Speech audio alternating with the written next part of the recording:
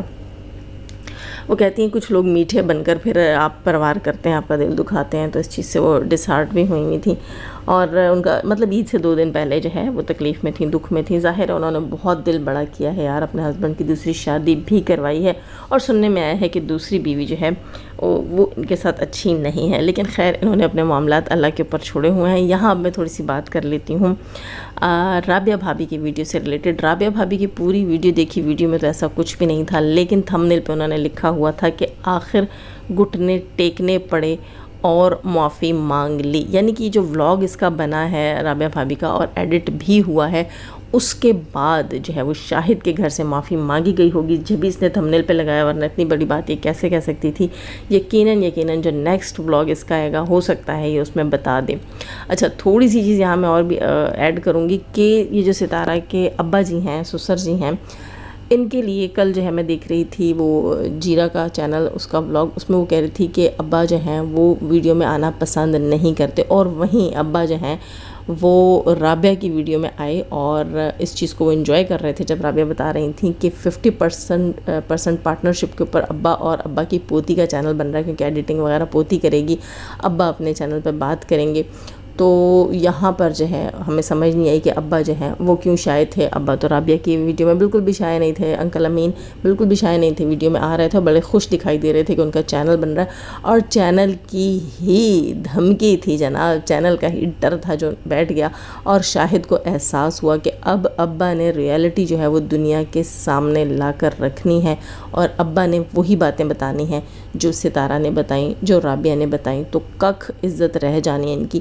ہو سکتا ہے اسی ڈر سے کہ ابا کا چینل نہ بن جائے، ان لوگوں نے ابا کے چینل کو رکوانے کی شرط کے اوپر یہ کہہ دیا ہوگا کہ ٹھیک ہے ہم جو ہے معافی مانگتے ہیں، بچی ہے، نادان ہے، ناسمجھ ہے۔ لیکن دوستو میرے خیال سے معافی ایسے تو نہیں ہونی چاہیے، معافی تو پبلکلی ہونی چاہیے۔ جب پورا کنجر خانہ پبلکلی لگا ہے تو معافی بھی پبلکلی ہونی چاہیے۔ اور دوسری چیز یہ کہ ستارہ کے جو ہے وہ 6 لاکھ روپے واپس شرافت اور عزت سے کر دینے چاہیے۔ خیر یہ بھی سننے میں آیا ہے کہ رابعہ کی بیٹی آئی تھنک فاطمہ نام ہے اس کا، اور وہ ستارہ کے ساتھ ستارہ کی سٹی کراچی چلی گئی ہیں. ستارہ کل سے شاید سفر میں تھیں، آج دکھائیں گی یا آج شاید سفر میں ہوں گے، وہ پتہ چل جائے گا ان کے ولاگ سے کہ وہ سفر میں تھیں، پہنچ گئیں. اگر وہ آج سفر کا ولاگ ڈالتی ہیں تو یقیناً وہ اپنے گھر پہنچ چکی ہوں گی بخیریت و عافیت. رابعہ بھابی کہہ رہی تھیں کہ وہ اپنی بچی کو بھیج رہی ہیں اور 1 مہینہ بعد یعنی کہ ابھی چھٹیاں جو ہیں بچوں کی جو ختم ہوں گی تو اس کے اینڈ پہ وہ جا کے اپنی بیٹی کو لے کر آئیں گی اور ستارہ سے مل کر بھی آئیں گی. اچھا لگتا ہے جب فیملی میں سے کوئی ستارہ کو رسپیکٹ دیتا ہے، عزت دیتا ہے، محبت دیتا ہے، تو وہ بندہ ہمارے لیے بھی قابل احترام اور معتبر ہو جاتا ہے. کیونکہ ستارہ بہت دکھی ہے، ہم اسے دکھی نہیں دیکھنا چاہتے. ستارہ بھی جو ہے وہ ایک طرح سے میں یہ کہوں گی کہ مینٹور ہی بنتی جا رہی ہے. کیونکہ اس کے اوپر جو کچھ وائٹی کے اوپر جو کچھ اس کے ساتھ ہوا ہے اس کو لے کر وہ پھر بھی کمزور نہیں پڑی، ٹوٹی بکھری کمزور ہوئی، لیکن اس نے خود کو پھر سمیٹا اپنے بچوں کے لیے. تو ہم بہت سی خواتین اس سے بہت کچھ سیکھتے ہیں، مضبوط ہونا، اپنے بچوں کی خاطر جینا اور آگے بڑھنا ہم نے اس سے سیکھا ہے. تو یہ خواتین ہمارے لیے اچھی مثالیں ہیں اور ہمیں بھی اچھی مثال قائم کرنی چاہیے، خود کو مضبوط کرنا چاہیے، لوگوں کی باتوں میں نہیں آنا چاہیے. اور یہاں تھوڑی سی بات میں یہ بھی کروں گی کہ جو لوگ دوسروں کے بچوں کو ٹارگٹ کرتے ہیں، افسوس ہے کہ کیا وہ اپنے بچوں کے پیرنٹس نہیں ہیں؟ کیا انہیں نہیں لگتا کہ بچے معصوم ہوتے ہیں؟ بچوں کا اس سب میں کچھ لینا دینا نہیں ہوتا. خیر میں یہی کہوں گی اپنے بہنوں سے کہ ایسے لوگوں کو اگنور کریں اور آگے بڑھیں، کیونکہ ہمارے کیلیبر کے نہیں ہیں اور ہم نے یہاں کام کرنا ہے. اسٹرانگ عظمیٰ کو دیکھ لیں، ہماری ستارہ کو دیکھ لیں اور مضبوط ہو جائیں. اپنا بہت سارا خیال رکھیے گا، نئے ہیں تو سبسکرائب کیجیے گا اور لائک تو ضرور کیجیے گا. جانے سے پہلے ہمیشہ کی طرح دعا، اللہ تعالیٰ ہمیں آسانیاں عطا فرمائے، آسانیاں بانٹنے کی توفیق عطا فرمائے اور شیطان صرف مردوں اور عورتوں سے رکھے. ہمیں، ہمارے چینل، ہمارے پینل، ہماری فیملی، ہماری کنٹری کو محفوظ. آمین ثم آمین. اپنا بہت سارا خیال رکھیے گا، اپنی دعا میں یاد رکھیے گا. اللہ حافظ.